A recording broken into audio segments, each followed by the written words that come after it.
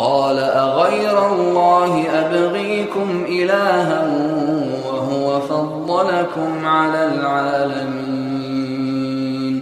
قال، تو حضرت موسیٰ علیہ السلام نے کہا کہ وہ جو برباد ہونے والی چیزیں ہیں، وہ جو عمل غلط ہے، اور تم کہتے ہو کہ میرے لیے ویسے ایک الہ چن کے لے آؤ، ایک ہمارے لیے بھی ایک بت بنا دو. کہا غیر اللہ. قال، تو حضرت موسیٰ نے کہا کیا غیر اللہ، اللہ کے سوا، ابغیکم، ابغا یبغی، یہ کلمہ ابغا یبغی جو ہے دو معنی میں استعمال ہوتا ہے.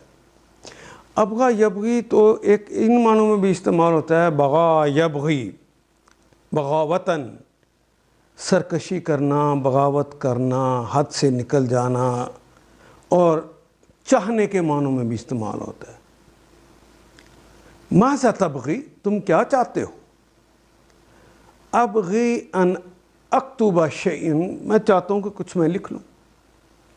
اسی معنی ابغیکم، تمہارے کے لیے کیا میں چاہوں، میں تلاش کرتا پھروں، الہن، کوئی خدا تمہارا، اللہ کے علاوہ کوئی میں خدا تمہارے لیے تلاش کروں، ڈھونڈوں.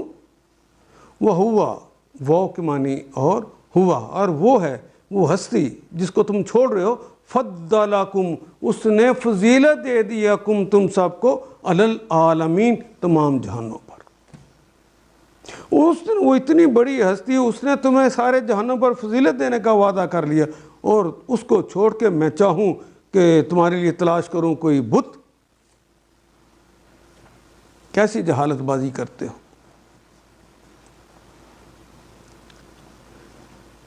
پھر موسیٰ علیہ السلام نے کہا، کیا میں اللہ کے سوا کوئی اور معبود تمہارے لیے تلاش کروں؟ حالانکہ وہ اللہ ہی ہے جس نے تمہیں دنیا بھر کی قوموں پر فضیلت بخش دی ہے. ان آیات کو ایک دفعہ پھر تلاوت خود کیجیے، عربی مبین پڑھتے ہوئے دیکھیے، کیا بات پوری اندر اتر رہی ہے؟